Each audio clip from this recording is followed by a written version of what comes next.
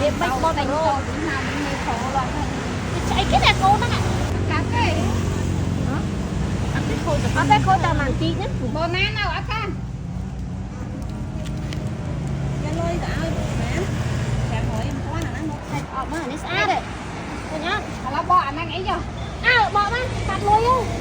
Nhặt bôi. Thôi nhá. Lộ mà đó, lộ ăn chặt ăn nó. Bỏ tay giặt tay chứ. What? Mấy cái cầm không chắc cầm không bày ở hai thôi chứ. Bao chỗ hay là cắt tỏ quay. Ôi kìa. À.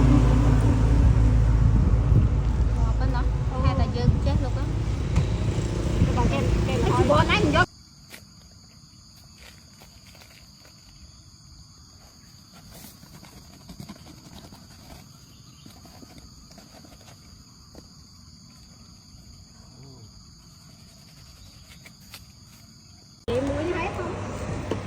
Bạn như cho vậy. Gì như đâu, thì tại ra là khỏi miên cái tâm cặp thằng mẹ con sống mẹ ông.